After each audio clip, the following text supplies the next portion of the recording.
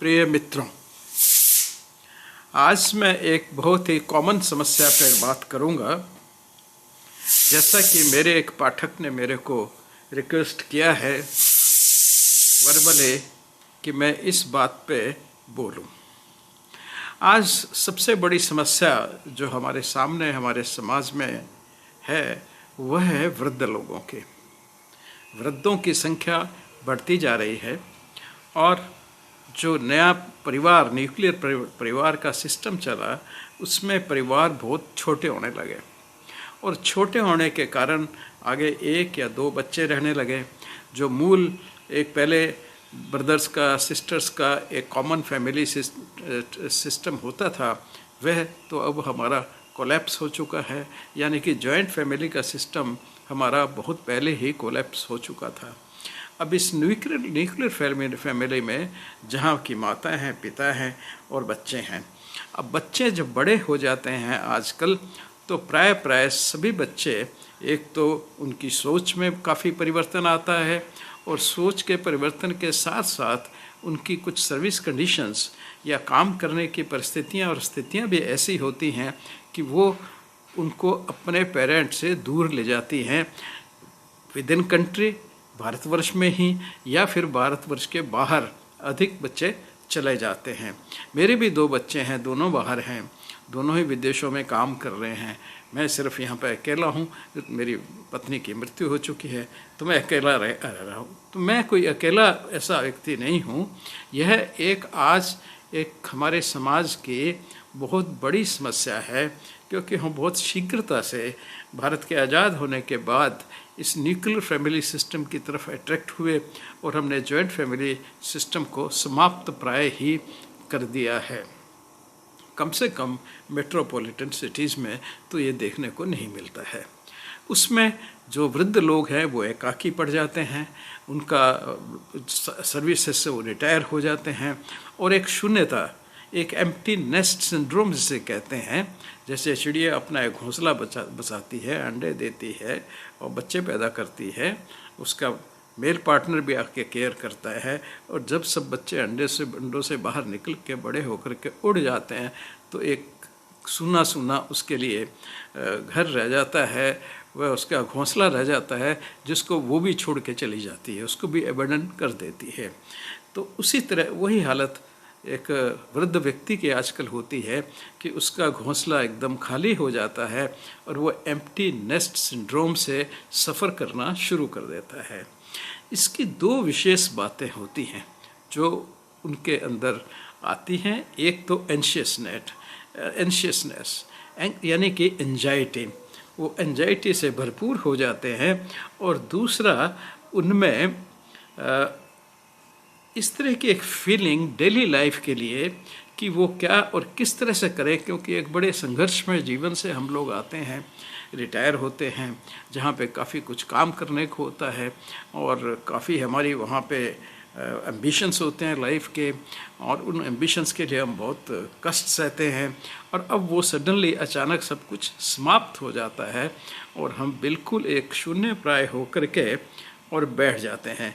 तो ये जो फीलिंग्स जो है ये बड़ी घातक सिद्ध होती हैं और ये अक्सर व्यक्तियों में, वृद्ध व्यक्तियों में anxiety disorder, mood swings, anxiety disorder, किसी भी एंजाइटी रहना, हर मन को शांत नहीं रहना, किसी बुरे होने की संभावना का डर लगना या फिर कोई काम कर पाएंगे कि नहीं कर पाएंगे उस चीज़ को निश्चित न कर पाना या वैसे ही मन घबराना, एक अजीब सी घबराहट उनको लगती है या भय लगना भी उनको एंजाइटी न्यूरोसिस में हो सकता है। तो एंजाइटी जो डिसऑर्डर्स हैं वो अक्सर उनको घेर लेते हैं। उसी तरह मूड स्विंग्स जो हैं, क्योंकि अब कुछ करने को है नहीं तो मूड्स जो हैं वह कभी आप बहुत शांत हैं, कभी अत्यधिक गुस्से में हैं, कभी परेशान हैं। थोड़ी सी भी कोई परेशानी आने पर आप फिजिकली भी इतने समर्थ नहीं रहते हैं, मानसिक रूप से भी इतने समर्थ नहीं हैं, तो इसलिए आप घबरा जाते हैं, एंशियस हो जाते हैं और आप बिल्कुल से अजीब सी परिस्थिति में आ जाते हैं जिससे आपके मूड पे जो मूड स्विंग्स जो हैं कि कभी डिप्रेशन में चले जाना, कभी बिल्कुल शांत हो जाना, कभी बहुत उत्तेजित हो जाना, कहीं गुस्सा करना, और जहाँ गुस्सा नहीं करना वहाँ गुस्सा करना है, वहाँ गुस्सा आना नहीं। तो इस तरह के मूड्स जो हैं वो परिवर्तित होते रहते हैं एक ही दिन में कई बार। तो यह भी उसी का कारण होता है। उसके अलावा चिंताएं, व्यक्ति को अब वो जो एक वास्तविक चिंताएं उनके मन में बच्चों की रहती है, जब आप जीवन बच्चों को बड़ा कर रहे हैं, फैमिली बना रहे होते हैं, तो आपको बच्चों के ऊपर ध्यान देना पड़ता है, उनकी पढ़ाई का, लिखाई का, भविष्य का। आप इतने व्यस्त रहते हैं मानसिक रूप से कि अब वो जो व्यस्तता है अचानक ये ख़त्म हो जाती है, और उसका स्थान एक घबराहट, एक वरी, एक चिंता ले लेती है। आप बच्चों के बारे में सोचते रहते हैं, वो दूर बैठे हैं, उनका क्या हो रहा होगा। अब तब तक बहुतों के पोता पोती भी हो जाते हैं, ग्रैंड चिल्ड्रन भी हो जाते हैं, वो ग्रैंड चिल्ड्रन को याद करते रहते हैं, ग्रैंड चिल्ड्रन की चिंता करते रहते हैं, उनकी पढ़ाई कैसे चल रही होगी, स्वास्थ्य कैसा होगा। तो इस तरह की एक डेबिलिटेटिंग चिंताएँ, जिनका कोई समाधान आपके पास डायरेक्ट नहीं है, लेकिन वो आपके शरीर को नुकसान करती हैं, उन चिंताओं से आप घिर जाते हैं। ऐसा अक्सर देखा गया है। तो इस तरह कहने का तात्पर्य यह है कि इस उम्र में व्यक्ति आके बहुत से साइकोलॉजिकल डिसऑर्डर्स का शिकार हो जाता है, यानी कि वह नॉर्मल परिस्थितियों में नहीं जी रहा होता। यह उसकी जो परिस्थिति है वो बिल्कुल एक नॉर्मल पारिवारिक परिस्थिति नहीं रह जाती है। अब उसको एडजस्ट करता है अपने हिसाब से, अपनी आदतों के हिसाब से, अपने स्वभाव के हिसाब से, अपने एम्बिशंस के हिसाब से। इस तरह इस उम्र में आते आते वृद्ध लोग जो हैं वह कई प्रकार के साइकोलॉजिकल डिसऑर्डर्स के शिकार हो जाते हैं। इसको आप ज़्यादा सीरियसली न माने, ये एक बड़ी सी एक प्रक्रिया है, साधारण प्रक्रिया है, एक जीवन की प्रक्रिया है कि जब इस तरह की परिस्थिति हो गई तो उनके साथ में कुछ तो साइकोलॉजिकल स्ट्रेस उनको आएगा ही। उसमें मुख्यतः होते हैं जैसे एंजाइटी डिसऑर्डर, जिसकी हम पहले ही बात कर चुके हैं। फोबियाज, एक तरह का उनको डर लगना किसी भी अपनी चारों तरफ स्थिति से, ये डर मृत्यु का भी हो सकता है, ये डर किसी डिसास्टर होने का भी हो सकता है, और यह फैमिली के व्यक्तियों के साथ कुछ न हो, यह डर भी उनके दिमाग में आ सकता है। तो कई तरह के भय जो हैं, फोबियाज जो हैं, वो उनके मस्तिष्क में, चिंतन में आते रहते हैं, जो उनको परेशान करते हैं। प्राय ये देखा गया है कि 10 से 20% जो बूढ़े लोग हैं, जो वृद्ध लोग हैं, उनमें इस तरह के एंजाइटी डिसऑर्डर्स आपको देखने को मिलते हैं। तीसरा जो इम्पोर्टेंट रहता है वो है phobia, panic disorders. Panic disorders का मतलब ये है कि जरा से भी दुर्घटना होने के बाद में उनमें एक टेरर, एक सडन टेरर, वो टेरराइज महसूस करते हैं, वो डिस्टर्ब हो जाते हैं इमोशनली, और उनको एज ए रिजल्ट हो सकता है उनको बड़ा चेस्ट में पेन शुरू हो जाए, पैल्पिटेशन शुरू हो जाए, वीकनेस महसूस करें, थोड़ा नौजियत तरह का भी, यानी कि उल्टी आने की संभावना हो सकती है, कभी कभी फेंट होकर वो गिर भी सकते हैं। तो ये सब पैनिक डिसऑर्डर होते हैं, डर के मारे। तो जो उनके मन में फोबियाज और एंजाइटी के कारण एक डर क्रिएट हो रहा है, एक भय क्रिएट हो रहा है, वो भय मौत का भी हो सकता है, वो भय अपने बच्चों के लिए भी हो सकता है, वो अपने ग्रैंड चिल्ड्रन के लिए भी हो सकता है, अब और दूसरे जो सगे संबंधी जिनके साथ वो रहते रहे हैं, जिनकी केयर करते रहे हैं, उनके लिए भी हो सकता है। किन्हीं भी संबंधित लोगों के साथ में जिनसे उनका साइकोलॉजिकल और इमोशनल रिलेशनशिप है, उनके बारे में हो सकता है।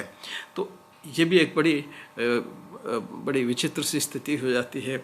उसी तरह ऑब्सेसिव कंपल्सिव डिसऑर्डर्स भी इस उम्र में ज़्यादा होते हैं। ऑब्सेसिव कंपल्सिव डिसऑर्डर का मतलब है कि जैसे मान लीजिए कोई व्यक्ति रात को कुंडा बंद करके सोए। अब एक व्यक्ति है, वृद्ध है, रात को अकेला रह रहा है अपने घर में 4-5 कमरे हैं। अब वो रात को सोया तो उसको लगता है कि मैंने कुंडा बंद नहीं किया, और वो फिर आकर कुंडे को चेक करता है। साधारणतया 1-2 बार तो ऐसी परिस्थिति किसी के साथ भी हो सकती है, लेकिन इस व्यक्ति को वो रात भर पता चला कि वो कुंडा ही चेक करता रहा, और उसके साथ में एक मिक्स्ड ऑफ सिम्टम्स एक्चुअली होता है। ऑब्सेशन तो है ही, ऑब्सेसिव कंपल्सिव डिसऑर्डर तो है ही, उसके साथ में थोड़ा सा भय भी, थोड़ी इनसिक्योरिटी भी, वो सब फैक्टर भी काम करते हैं और एज ए रिजल्ट वो OSD का जो है एक पेशेंट बन जाता है। मीन्स ऑब्सेसिव जो सिंड्रोम है, OCD जिसे कहते हैं, तो ऑब्सेसिव कंपल्सिव डिसऑर्डर्स का वो एक शिकार बन के रह जाता है। तो इसके अलावा बहुत से दूसरे जो एंजाइटी और ये जो हमने डिसऑर्डर्स बताए, इनके कारण उनको सिम्टम्स आने लगते हैं वृद्ध व्यक्तियों को। वो हो सकते हैं शेकीनेस, ठीक है, पैनिक की फीलिंग्स समय समय पे, डर की महसूस की, उनके डर की, अत्यधिक डर की फीलिंग्स उनके मन में आना, सांस लेने में गति पे थोड़ा असर पड़ना, स्वेटिंग, उनको पसीना आ जाना बिना किसी कारण के, या थोड़ा मन घबराने लगना, मिचलने लगता है जैसे हम कहते हैं, उबकाई आने की जैसे इच्छा होती है वैसा, या डिजीनेस, चक्कर आना, और लाइट हेडेडनेस, सिर जो है वो एकदम हल्का सा महसूस होता है जैसे सिर में कुछ नहीं है। तो इस तरह, और इसके अलावा कुछ डाइजेस्टिव प्रॉब्लम्स भी उनको हो सकती हैं, और वो अपना खाना पीना बदलते रहते हैं। वो सोचते हैं कि मेरी डाइजेस्टिव सिस्टम, जबकि वो सब इन कारणों, साइकोलॉजिकल कारणों से हो रहा है, लेकिन वो सोचते हैं कि नहीं कोई चीज़ रिस्पॉन्सिबल है। तो पता चला कभी वो एक्सपेरिमेंटेशन अपने साथ में खाने पीने का करते रहते हैं। इनके साथ में कभी कभी उनको चेस्ट पेन की फीलिंग भी हो सकती है, और चेस्ट पेन की फीलिंग से वो हो सकता है बार बार हार्ट के डॉक्टर के पास में जाके, या डॉक्टरों के पास जाकर अपना चेक करवाएं, या ECG करवाते रहें, या हर तीसरे चौथे दिन जाकर के किसी हार्ट स्पेशलिस्ट के पास बैठ जाएं और कहें कि मेरे ज़रा दिल को चेक करो। वो उनको भय सा लगा रहता है, और उन कारणों से वो एक्टिविटीज़ में पार्टिसिपेट करना बंद कर देते हैं। बहुत सी जगहों पर जहाँ वो रेगुलर जाते थे वहाँ जाना बंद कर देते हैं। बहुत से जो उनके मित्र थे जिनसे हमेशा मिलते थे उनसे मिलना बंद कर देते हैं, और उन सब चीज़ों से दूर रहना शुरू करते हैं जिससे उनको कुछ भी एंजाइटी हो, है ना। कोई भी चीज़ जो उनको भय लगता है कि एंजाइटी ट्रिगर कर देगी, तो उस चीज़ से, उस सिचुएशन से वो अपने आप को दूर होना शुरू कर देते हैं, और इस तरह से वो ज़्यादा से ज़्यादा अकेलापन, ज़्यादा से ज़्यादा घर में बंद रहने लगते हैं। उनका बाहर जाने का जो समय है दिन में वो कम होता जाता है। उनका वज़न में परिवर्तन आ सकता है, वज़न कम हो सकता है, ज़्यादा भी हो सकता है। एपिटाइट, खाने की जो इच्छा शक्ति है वह भी समाप्त हो सकती है या बिल्कुल कम हो सकती हैं। उनकी ईटिंग हैबिट्स बदल सकती हैं। जो रूटीन में खाना खा रहे हैं वो बड़ी अजीब सी आदतें हो जाएंगी। कभी कहेंगे हम ये नहीं खाते, कभी कहेंगे हम ये अच्छा नहीं लगता। एक दिन कोई चीज़ सुबह खाई, उनको बहुत अच्छी लग रही है, शाम को वो कहेंगे नहीं नहीं, बिल्कुल इसमें कोई स्वाद नहीं है, मैं नहीं खाऊंगा इस चीज़ को। तो इस तरह से बड़ा सा अनप्रेडिक्टेबल सा उनका खाने के प्रति व्यवहार हो जाता है, और उनकी हैबिट्स बड़ी होते हैं। सबसे बड़ा कष्टदायक जो उनके लिए स्थिति रहती है वो है लॉस ऑफ स्लीप। उनको नींद रेगुलरली नहीं आती, और वो नींद लेने के लिए गोलियों का सहारा लेना या डॉक्टर का सहारा लेना में कोई नुकसान नहीं है। और डॉक्टर से कुछ भी, कोई ट्रैंक्विलाइजर्स, जो भी नींद के लिए दवाइयाँ होती है, स्लीप हाइजीन के लिए जो दवाइयाँ प्रिस्क्राइब करते हैं वो उनको लेनी पड़ती हैं। उनको यदा कदा कन्फ्यूजन होता रहता है सिचुएशन में। कोई भी टफ सिचुएशन जब वो फेस करने जाते हैं तो बहुत ज़्यादा कन्फ्यूज हो जाते हैं, उनको हेडेक होने लगता है कन्फ्यूजन के बाद में। और विजन प्रॉब्लम्स भी उनको होना इस एज में स्वाभाविक होता है, वो होती हैं, और उसके लिए उनको जल्दी से ट्रीटमेंट के लिए ले जाना भी चाहिए। उनकी मसल्स में भी चेंजेज आती हैं, जल्दी थक जाते हैं, जल्दी मसल्स उनकी सोर फील करती हैं, और बहुत जल्दी मसल्स टेंशन में आ जाती हैं। तो ये सब परिवर्तन, ये से रिलेटेड परिवर्तन होते हैं जो इस उम्र में आकर के 70 वगैरह के आने के बाद में ये अक्सर लोगों में होते रहते हैं। इर्राशनल थॉट, ऐसी विचारों का आना जिनका कोई मतलब नहीं है। वो भय संबंधी भी हो सकती हैं, और कभी कभी बिल्कुल इर्रेलेवेंट थॉट हो सकती हैं जिनका ना उनके परिवार से या पारिवारिक सदस्यों से या मित्रों से किसी से संबंध है, पर ऐसे ही अनजान सी विचार उनके मन में, पृथ्वी के एग्जिस्टेंस के बारे में विचार, तारों के एग्जिस्टेंस के बारे में विचार, यानी कि एकदम एक इर्रेशनल चीज़ें, आइडियाज़ जो है वो उनके दिमाग में आना हो जाते हैं। और फॉरगेटफुलनेस जो है वह काफ़ी बढ़ जाती है इस उम्र में आकर के। वो भूलना शुरू कर देते हैं, सुबह की चीज़ वो भूल जाएंगे, घंटे 2 घंटे बाद ही किसी चीज़ को भूल जाएंगे, ये सब होती है। तो इन सब के रिजल्ट में क्या होता है कि उनका मन करता है मैं घर में कम रहूं, कि घर में अगर रहेंगे और बाकी बच्चे वगैरह सब साथ में हैं तो वो उनकी ये सब कमियां बार बार उनके सामने जाहिर होती हैं, तो उसको अवॉइड करने के लिए कहीं पार्क में चले गए या अपने कोई हम उम्र लोगों के साथ में बीच में बैठ गए, क्योंकि उनको एक महसूस होने लगता है कि मैं अपना बहुत कुछ खो रहा हूँ। तो वो विड्रॉल कर लेते हैं, अपने आप को विड्रॉ करना शुरू कर देते हैं। और जब उनको लगता है कि मैं दोस्तों के सामने से भी ठीक से प्रश्नों के जवाब नहीं दे पा रहा हूँ, अपनी ठीक से जो उनकी जैसी आदत रही है बातें करने की वो नहीं कर पा रहे हैं, तो अपने मित्रों से भी आइसोलेट विड्रॉल करना शुरू करते हैं और फाइनली एकदम आइसोलेट हो जाते हैं, एकदम से अकेला रहना पसंद करते हैं, क्योंकि अब वो दूसरों के साथ में बातचीत में compete नहीं कर पाते। उनके साथ में जो एक रेस्पोंडिंग टॉक्स हैं, रेसिप्रोकल टॉक्स हैं, वो नहीं कर पाते अपनी उम्र के कारण और मस्तिष्क में हो रहे परिवर्तनों के कारण। और इसी के कारण ही कभी कभी उनमें ऑब्सेसिव थॉट्स आ जाती हैं, कुछ विचार दिमाग में पक्के बैठ जाएंगे, उनको नहीं छोड़ेंगे, उन्हीं को रिपीट करते रहेंगे बार बार। या फिर एक कंपल्सिव बिहेवियर जो बहुत ज़रूरी, बहुत एक कंपल्सिव, उनको 5 बजे कहीं जाना है मंदिर में या कहीं भी जाना तो ठीक 5 बजे उनको जाना ही जाना है, या मार्केट में जाना है तो 5 बजे उनको निकल के जाना ही जाना है। एक बड़ा कंपल्सिव सा उनका बिहेवियर सेट हो जाता है जो पहले नहीं होता, और बच्चों को और फैमिली को थोड़ा अनयूजुअल लगता है अगर वह फैमिली के साथ में रह रहे हैं तो। उनको फाइनेंशियल इनसिक्योरिटी, अगर पेंशन वगैरह ठीक नहीं मिल रही है और ठीक मिल भी रही है तो समय रहते रहते उनकी आवश्यकताएं बढ़ जाती हैं, वो कम पड़ने लगती है, तो एक फाइनेंशियल इनसिक्योरिटी भी आती है। वो बच्चों को मान लीजिए बच्चे उनसे मिलने आ रहे हैं, वो उनको अपनी तरफ से किराया देना चाहते हैं, वो सोचते हैं कि नहीं मेरे बच्चे आ रहे हैं तो मेरे पास मेरे अपने खर्चे पे आएँ, अब वो उसकी व्यवस्था नहीं कर सकते, तो फाइनेंशियल इनसिक्योरिटी उनके मन में आती है। ऐसे ही हेल्थ प्रॉब्लम्स, हर वक्त उनको डर लगा रहता है कब मेरी हार्ट की प्रॉब्लम हो जाएगी, कब ये प्रॉब्लम हो जाएगी, कब वो प्रॉब्लम हो जाएगी, क्योंकि उसके कॉन्टेम्परेरी साथियों को प्रॉब्लम्स हो रही हैं और वो सुन रही हैं। अब वो डरते हैं कि ये प्रॉब्लम मेरे को कब हो जाएगी, और इसीलिए वो क्रॉनिक पेन भी महसूस करना शुरू कर देते हैं। कभी कभार किसी को वास्तव में क्रॉनिक पेन है तो उसकी अपनी एक समस्या खड़ी हो जाती है। अगर कोई हिस्सा टूट गया है, कोई बोन टूट गई है, हड्डी टूट गई है, प्लास्टर वगैरह लग गया है, या कोई हिप रिप्लेसमेंट हुआ है, नी रिप्लेसमेंट वगैरह हुआ है, तो उसकी एक मोबिलिटी जो है उसका अपने आप उसके ऊपर प्रभाव पड़ता है। डिमेंशिया उधर से अलग चल रहा होता है, क्योंकि ब्रेन की कैपेसिटी, तो ब्रेन तो शेड होते हैं, ब्रेन सेल तो शेड होना शुरू हो ही जाते हैं, तो उनके कारण भी जो समस्याएं क्रिएट होती हैं उनसे उसको लड़ना पड़ता है।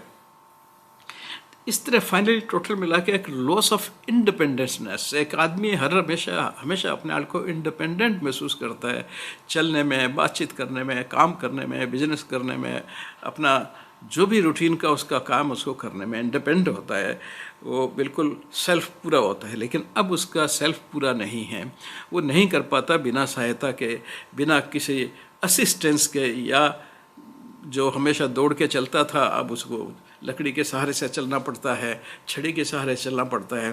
तो ये सब उसके लिए एक बड़ा आघात होता है, और ये सब परिस्थितियाँ भी उसको आइसोलेट होने से लोगों से, क्योंकि उसको लगता है कि मैं अब दुनिया के साथ compete नहीं कर सकता, मैं एक नॉर्मल व्यक्ति नहीं हूँ, तो वो अकेला रहना करता है। फिर इसी में कभी कभी वो इतने तंग आ जाते हैं और डिप्रेशन की तरफ चल पड़ते हैं, और डिप्रेशन से वो एंड ऑफ लाइफ के बारे में सोचना शुरू करते हैं। और वैसे भी जब उम्र काफ़ी ज़्यादा हो जाती है तो व्यक्ति अपने मौत की तरीक़ों से डरता है कि मैं कैसे इस दुनिया को छोड़ूंगा, तो ये भी उसको एक चिंता लग सकती है। और बहुत से लोगों को मैंने देखा है जो इस चिंता से ग्रसित रहते हैं कि एग्जिट कितना पेनफुल होगा, या किस बीमारी से होगा, क्या होगा, क्योंकि एक उम्र आने के बाद में एग्जिट का सर्टेन जब हो जाता है कि भाई अब ज़्यादा समय नहीं है, तो यह भी एक उनको बहुत तकलीफ़ देती है। और इस तरह से कोई इस पीरियड में अगर ख़ास करके किसी नियर डियर का डेथ हो गई, मृत्यु हो गई, तो यह लॉस, ये आघात उनके लिए बहुत बड़ा होता है, और ये उनके बिल्कुल दिल में, दिमाग में बैठ जाता है। तो या और किसी के साथ में दुर्घटना हो गई, कष्ट हो गया, कोई बीमारी हो गई, तो ये उनको अत्यधिक डिस्टर्ब करते हैं। तो इसलिए अब इसका इलाज क्या है, कैसे इसको हम डील कर सकते हैं? तो सबसे पहले तो यह है कि इन बातों का ज्ञान होना जरूरी चाहिए। इसीलिए मैंने ये वीडियो बनाया कि परिवार को भी ज्ञान होना चाहिए और व्यक्ति को स्वयं भी ज्ञान होना चाहिए कि भाई ये इस तरह के एंजाइटी डिसऑर्डर्स इस उम्र में आकर के होते ही हैं। और अगर आपको ज्ञान होगा तो फिर आप नहीं होंगे, आपको नहीं होंगे, आप उनका एक्सप्लेनेशन ढूंढ पाएंगे। और एक्सप्लेनेशन जब आप ढूंढ लेते हैं तो फिर वह कष्ट या वह तकलीफ़ आपको बहुत कम महसूस होती है, बिकॉज आप समझते हैं उसको उसका कारण जान रहे हैं। इसके अलावा अगर आवश्यकता हो तो व्यक्ति को डॉक्टर को दिखाना चाहिए, मेडिकल हेल्प लेनी चाहिए, साइकोलॉजिस्ट से मिलना चाहिए, बातचीत करनी चाहिए, या फिर एक नेटवर्क जो है, यानी कि अपनी उम्र के लोगों का एक नेटवर्क बना के उनसे एक सपोर्ट सिस्टम बना करके भी अपनी इस परिस्थिति से लड़ा जा सकता है, या इस परिस्थिति में आप कंफर्टेबल हो सकते हैं। और आप कोशिश करें कि आप एक हेल्दी और एक बैलेंस्ड लाइफ जीने की कोशिश करें, तो उस तरह से आप इससे बिल्कुल अच्छी तरह से निपट सकते हैं, यह जो वृद्धावस्था है। इसके अलावा जब भी आपको ऐसा महसूस होता है कि भाई मेरी बीमारी अनकंट्रोलेबल हो रही है, या आप उसको महसूस कर रहे हैं और परिवार वाले भी उसको महसूस करना शुरू कर देते हैं, आपके मित्र अगर अकेले रह रहे हैं तो आपके मित्र हैं जिनके संबंध हैं, आप वो लोग उस चीज़ को नोट करना शुरू कर देते हैं, और आपको कष्ट मानसिक, शारीरिक या किसी भी तरह का वैचारिक कष्ट हो रहा है, तो फिर आपको किसी भी साइकोलॉजिस्ट से या डॉक्टर से, या कोई फिजिकल एलिमेंट है तो तुरंत डॉक्टर के पास जाने से आपको नहीं हिचकना चाहिए, और जो भी मेडिकेशन वो प्रिस्क्राइब करें वो आप लें।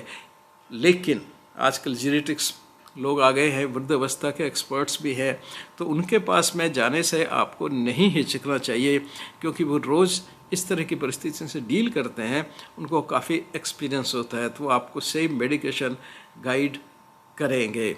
और अगर कोई और ट्रीटमेंट की आवश्यकता है तो सही डॉक्टर के पास में आपको गाइड कर देंगे। तो कहने का मतलब ये कि किसी भी जीनेट्रिशियन से मिलने में आप कतई भी किसी तरह की सोचें नहीं, उसमें कोई शंका नहीं रखें, आप तुरंत मिलने का प्रयास करिए, और जो भी वो आपको बताते हैं, फिजियोथेरेपी या फिर कोई जेनेटिशियन या और कोई तरह है, उनसे आप कांटेक्ट करिएगा। फिजियोथेरेपी वगैरह बड़ी हेल्प करती है इस उम्र में, तो फिजियोथेरेपी वगैरह लेने पे अगर डॉक्टर्स कहते हैं या आप खुद भी महसूस करते हैं तो लेने में, या फिजियोथेरेपी कंसल्टेशन लेने में इस उम्र में कोई नुकसान नहीं है, आप उनसे कांटेक्ट कर सकते हैं। 3 मुख्य इसमें हैं, डॉक्टर, मेडिकल डॉक्टर, दूसरा फिजियोथेरेपिस्ट और तीसरा साइकोलॉजिस्ट। इन तीनों की मदद आपको जब भी ज़रूरत महसूस होती है, परिवार वालों को या स्वयं मरीज़ को, स्वयं व्यक्ति को, तो उसको इनसे मदद लेने में नहीं हिचकना चाहिए। वो आपकी बात को समझ पाएंगे और आपको अप्रोप्रिएट ट्रीटमेंट भी दे पाएंगे। आशा है आप लोगों को कुछ मेरी बात समझ में आई होगी। धन्यवाद, फिर मिलते हैं।